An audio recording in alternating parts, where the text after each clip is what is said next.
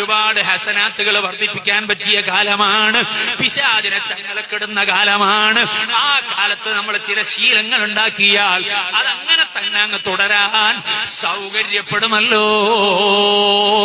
അതുകൊണ്ട് ഇന്നത്തെ ദിവസം മുതൽ റമദാൻ ആകാൻ കാത്തിക്കണ്ട. ചില ആളുകൾ അങ്ങനെയാണ്, റമദാൻ വരട്ടെ റമദാൻ വരട്ടെ റമദാൻ വരട്ടെ എന്ന് വെച്ച് കാത്തു നിന്നിട്ട് കാര്യമില്ല. ചിലപ്പോ നമുക്ക് റമദാൻ എത്തിക്കൊള്ളണം എന്നില്ല, ചിലപ്പോൾ നമ്മൾ റമദാനിൽ എത്തിക്കൊള്ളണമെന്നില്ല. സുബ്ഹാനല്ലാഹ്, ഞാൻ ആ മുഖത്തിൽ ദുആ ചെയ്തില്ലേ ഹാഫിദ് മസൂദ് സഖാഫിക്ക് വേണ്ടി സിറാജുൽ ഹുദയുടെ കീഴിൽ പാറക്കടവിൽ റമദാൻ പ്രഭാഷണത്തിന്, ഖുർആൻ പ്രഭാഷണത്തിന് ആ അതേ മസൂദ് സഖാഫിയെ ബുക്ക് ചെയ്ത് ഡേറ്റ് ഏൽപ്പിച്ചതാണ്. റമദാനിൽ സന്തോഷത്തോടെ അദ്ദേഹത്തിന്റെ ഖുർആൻ പ്രഭാഷണം കേൾക്കണമെന്ന് വിചാരിച്ചിട്ട്. പക്ഷേ ആ പണ്ഡിതൻ റമദാനെത്താൻ കാത്തു നിന്നോ? ഇല്ല. ഇന്ന് കർണാടകയിൽ വഅദ് പറയേണ്ടതാണ്. പക്ഷേ ആ വഅദിന്റെ മജ്‌ലിസിലേക്ക് വന്നോ? ഇല്ല ഇല്ല.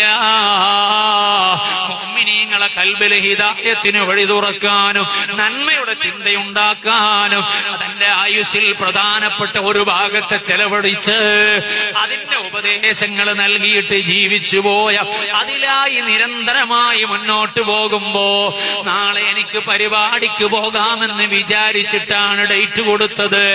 ഈ റമദാനിൽ ഖുർആൻ പ്രഭാഷണം നടത്താമെന്ന ധാരണയിലാണ് ഡേറ്റ് കൊടുത്തത്. പക്ഷേ റബ്ബിന്റെ തീരുമാനം വന്നാൽ ഒരു നിവൃത്തിയുമില്ലല്ലോ. വലൻ യുഅഖിറല്ലാഹു നഫ്സൻ ഇദാ ജാഅ അജലുഹാ.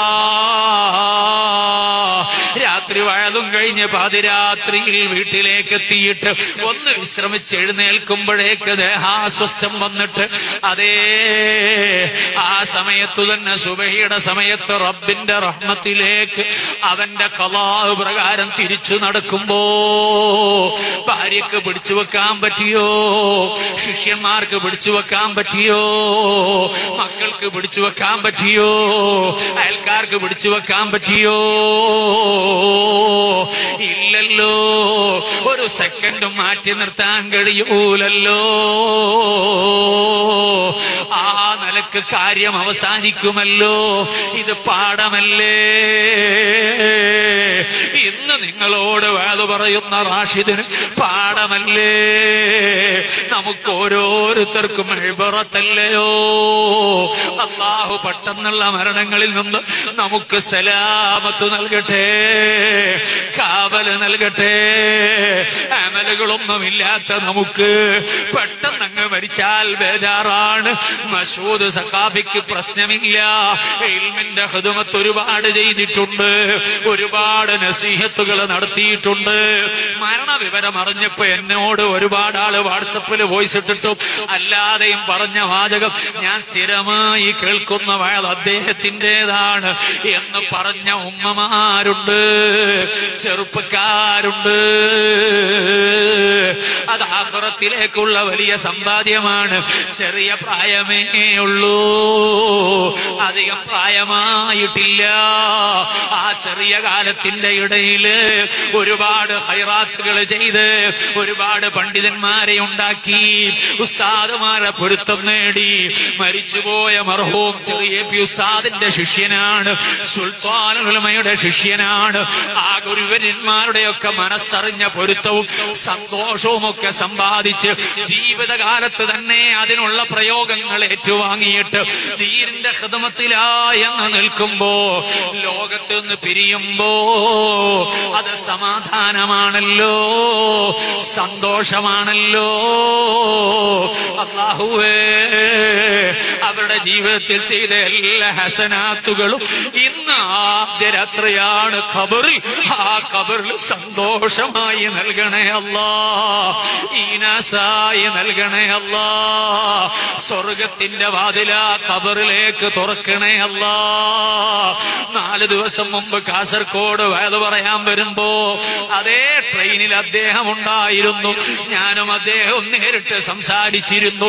പുഞ്ചിരിക്കുന്ന മുഖവുമായി ദുആ വസിയത്തോടെ മുസാഫഹത്തും ചെയ്ത് പിരിഞ്ഞതാണ്.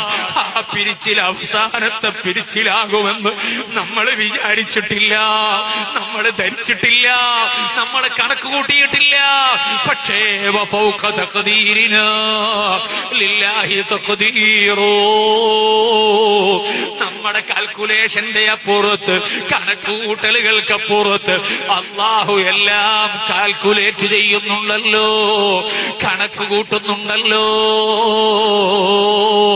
അല്ലാഹുവേ, ആ പ്രിയപ്പെട്ട പണ്ഡിതന്റെ കുടുംബം ചെറിയ മക്കളാണ്, ഭാര്യയുണ്ട്, കുടുംബങ്ങളുണ്ട്, അവർക്കൊക്കെ നീ നല്ല ക്ഷമ നൽകണേ റഹ്മാനെ. ആ പിതാവിന്റെ അഭാവം ഒരു പ്രയാസമാകാതെ സന്തോഷകരമായി ജീവിച്ചു പോകാൻ നീ അവസരം നൽകണേ അല്ലാ. ഞങ്ങൾക്കും നീ നല്ല ഒരു സമയവും നല്ലതുമായും ബന്ധപ്പെടുന്നതിനോട് ചേർന്നുകൊണ്ട് നല്ല റാഹത്തിലെ ഹക്കടപാടുകൾ മുഴുവനും പൂർത്തിയാക്കി വസിയ്യത്തുകളും ചെയ്ത് എല്ലാ നിലക്കും നസുഹായ തൗബയും ചെയ്ത് നിന്നിലേക്ക് തിരിച്ചു വരാനുള്ള ഭാഗ്യം നൽകണേ അല്ലാ. ഈ റമദാനിങ് വരട്ടെ, എന്നിട്ട് നന്നാകാം എന്ന് ചിന്തിക്കാൻ ഒരവസരവും ഇല്ല എന്ന് പറയാനുള്ള ബോധ്യപ്പെടുത്തലാണ് ഇത്തരം സംഭവങ്ങള്. അതുകൊണ്ട് ഈ വാഴ കഴിഞ്ഞത് മുതൽ ഞാൻ എന്റെ ജീവിതത്തിൽ മാറ്റമുണ്ടാക്കണം, നിങ്ങളെ ജീവിതത്തിൽ നിങ്ങളും മാറ്റമുണ്ടാക്കണം. എന്നിട്ട് നമ്മുടെ ജീവിതത്തിൽ നാളത്തെ പകല് മുതല് നമുക്കൊരു ചേഞ്ച് കൊണ്ടുവന്നാൽ ഇന്ന് രാത്രി തന്നെ നമുക്കൊന്ന് എഴുന്നേറ്റ് തഹജ്ജുദ് നിസ്കരിക്കൽ പതിവാക്കി തുടങ്ങാൻ തീരുമാനിച്ചാൽ ഇന്ന് നാളത്തെ പകല് മുതൽ എല്ലാ റവാത്തിബ് നിസ്കാരവും ഞാൻ കൃത്യമായി നിർവഹിക്കുമെന്ന് തീരുമാനിച്ചു തുടങ്ങിയാൽ 5 നേരത്തെ നിസ്കാരം വലിയ ബഹുമാനമുള്ളതാണ്. ആ നിസ്കാരത്തിനു ശേഷമുള്ള അദ്കാറുകളോ അത് അതേ നരകത്തിൽ നിന്ന് മോചനത്തിന് വഴി തുറക്കുന്നതാണ്. നമ്മുടെ ഹസനാത്തിന്റെ തുലാസിന് കട്ടികൂടാനുള്ള വകുപ്പുള്ളതാണ്. മുത്തുനബിയുടെ ഹദീസുകൾ അതിന്റെ ഫളായിലുകൾ പറഞ്ഞിട്ട് ഒരുപാടുണ്ട്. ഞാൻ അതിലേക്ക് ദീർഘമായി പോകുന്നില്ല. ആ നിസ്കാരത്തിന് ശേഷമുള്ള അദ്കാറുകൾ ഒന്ന് കൃത്യമായി ചെല്ലാനുള്ള പ്രതിജ്ഞ നമുക്ക് എടുക്കണം. തിരക്ക് കൂട്ടി എവിടേക്കും പോകണ്ട, തിരക്കെല്ലാം അവസാനിക്കുന്ന സമയം വരും എന്ന തോന്നലില് ആ നിസ്കാരത്തിൽ ഇരുന്ന ഇരിപ്പിൽ തന്നെ പറ്റുമോ? നിങ്ങളൊന്ന് ഇസ്തിഗ്ഫാർ 3 വട്ടം ചൊല്ലിക്കോളൂ.